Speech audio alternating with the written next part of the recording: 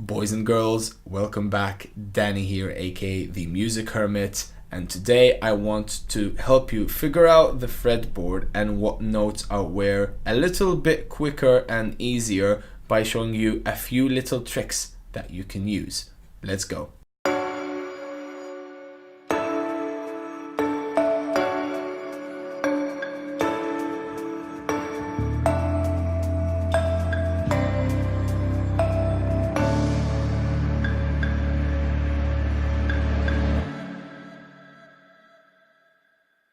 Right, so the guitar, as we all know, is a wonderful, beautiful instrument.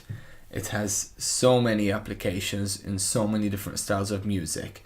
But there is one thing that tends to be quite confusing for people who are sort of starting out with the instrument, and that is, how do you know which note is which? There's so many notes, right? It can all seem like a big maze, if you like, when you first look at it. Today I'm going to show you how to identify notes more quickly and easily using these little tricks that you might or might not have known about, but hopefully if you didn't know about them, you learn them today. It will make your life quite a bit easier. Now I'm going to be talking about standard tuning today, okay? E, A, D, G, B, E.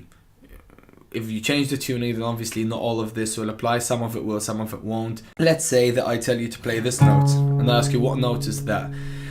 In the beginning you might struggle a bit and you start to think, oh god, okay, how do I find that note? Now, one of the ways people do it is, okay, they think, that's an E, that's an open E, right? So I'll just keep counting up semitone by semitone until I get there. And this is what a lot of people do in the beginning. So they go E, F, F sharp, G, G sharp, A sharp, B flat, B, C, till they get to the C sharp or D flat.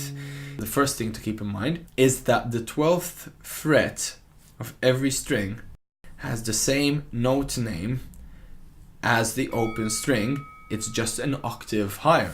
So if that's an E, open E, the 12th fret on the E string is also an E, just an octave higher, you can hear, okay? Same note. Same for the A, D, D, G, G, B, B, E, E. So already, if we know that, if I told you what note is that and you think, okay, that's an E, therefore that's an E, and you work backwards, it's already quicker than having to approach the note all the way from the top. So you go E, you go backwards, E flat, D, D flat, or C sharp. There you go. That's trick number one.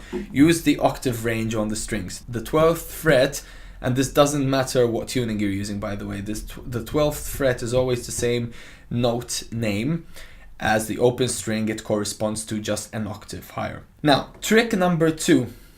For every pair of strings on the guitar except between the G and the B, so we'll talk about that in a second, for every other pair of strings, the 5th fret of the top string of that pair will be the exact same note name as the open string underneath it. What do I mean by this? For example, if we take the 5th fret of the low E string, that is an A. You can check it for yourself. E, F, F sharp, G, G sharp, or A flat, A. The open string underneath it is also an A. The same applies to all the other strings except the G and the B. So for example, the 5th fret on the A string now is going to be the same note as the open string below it, which is what? D. So therefore, this note is a D. You can hear it. This is also one of the ways that people tune the guitar. It's got some flaws. It's a good way to tune using your ears as well, to check. Do something like that, all right? Same for the D and the G string. So the 5th fret on the D is going to be what? A G, because the open string underneath it is a G. Now, the only exception is the G and the B, because the way the guitar is tuned. In the case of the G and the B, it's not the 5th fret, but rather the 4th fret that's going to be the same. So the 4th fret on the G is a B, because the open string below it is a B. And then for the B and the E string, we go back to our original rule, which is that the 5th fret on the B string here is an E, just like the open E underneath it. So again, another really cool trick to sort of give you a landmark, right? A guide on where you are on the neck. So for example, if I had to tell you what note is the 7th fret on the B string, then you might say, okay, I know now that the 5th fret is an E because the open string underneath is an E. So all I have to do is E, F, F sharp. So now you know that's an F sharp, right? If I had to tell you what note is the 4th fret on the A string, then you know that the 5th fret is a D because the open string below it is a D. Therefore that's a C sharp or a D flat, one semitone down.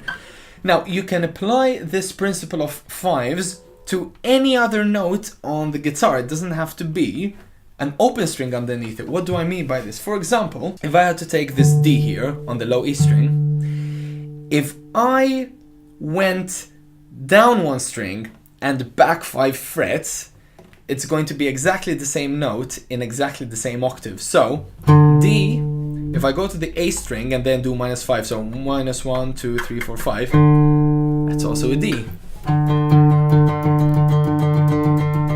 Now this is where the guitar gets really beautiful, but also a bit confusing because it's one of those instruments. I mean, that it's not like the piano where each note in each octave only happens once. You can get the same note in the same octave happening more than once. So for example, this D is the same as this D.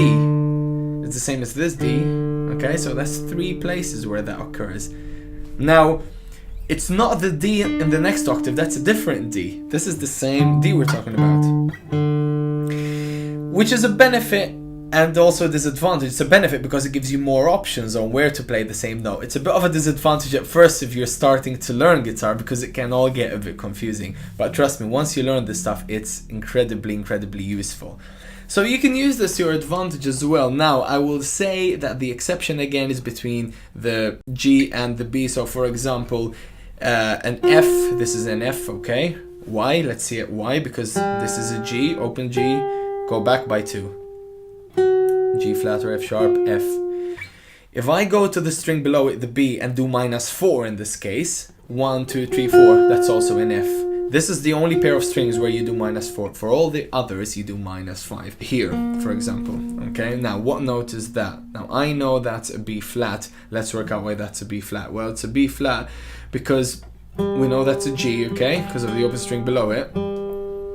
So if that's a G, that's a G sharp, that's an A sharp or B flat. Alright?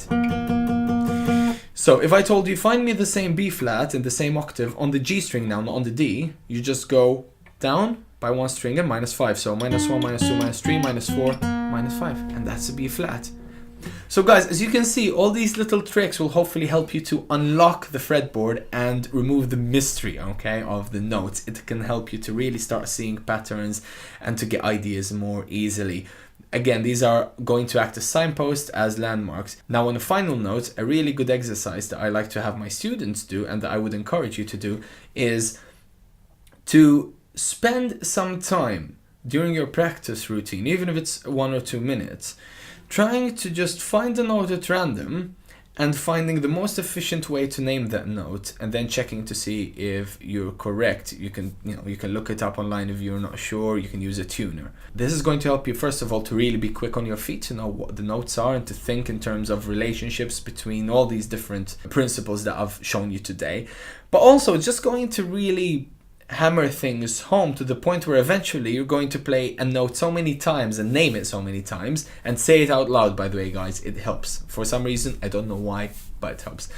That you eventually won't even need to think about these things. You'll just know. So practice 1 or 2 minutes, ideally more. Just find 1 or 2 notes and try to figure out what's the best way, the quickest way to get to naming that note. Right guys, so that's it from me for now. I hope this video has been of use to you. Let me know in the comment section what you think. As always, if there's any videos you'd like me to make, just feel free to get in touch or leave a comment. Like the video if you like it, of course. Subscribe to the channel. I've got loads of content coming up and loads of content there already for you to go through. Thanks so much for watching. As always, I'll see you next time.